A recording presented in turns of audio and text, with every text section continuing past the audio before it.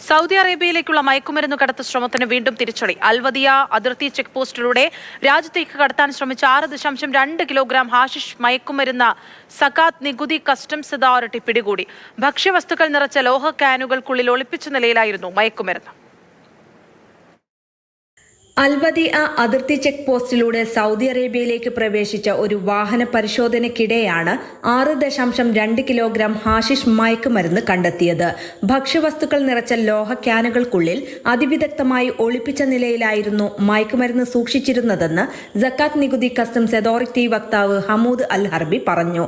മയക്കുമരുന്ന് പിടിച്ചെടുത്തതിന് പിന്നാലെ രാജ്യത്തിനകത്തെ സ്വീകർത്താവിനെ കണ്ടെത്തുന്നതിനായി ജനറൽ ഡയറക്ടറേറ്റ് ഓഫ് നാർക്കോട്ടിക് കൺട്രോളുമായി ബന്ധപ്പെട്ട് അധികൃതർ അന്വേഷണം നടത്തി. തുടർന്നാണ് മയക്കുമരുന്ന് ഏറ്റുവാങ്ങാൻ ശ്രമിച്ച ഒരാളെ അറസ്റ്റ് ചെയ്തത്.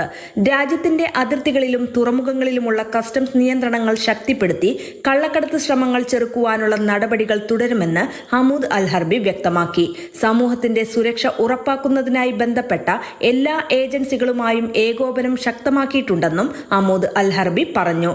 കള്ളക്കടത്ത് വിരുദ്ധ പ്രവർത്തനങ്ങൾക്ക് പൊതുജനങ്ങളുടെ സഹകരണം നിർണായകമാണെന്നും അധികൃതർ ഓർമ്മിപ്പിച്ചു. സംശയാസ്പദമായ വിവരങ്ങൾ സുരക്ഷാ ഹോട്ട്ലൈൻ വഴി അറിയിക്കാവുന്നതാണ്. വിവരങ്ങൾ നൽകുന്നവരെക്കുറിച്ച് വെളിപ്പെടുത്താതെ അർഹമായ സാമ്പത്തിക പാരിതോഷം നൽകുമെന്നും അധികൃതർ അറിയിച്ചു. Mathrubhumi news, Saudi Arabia.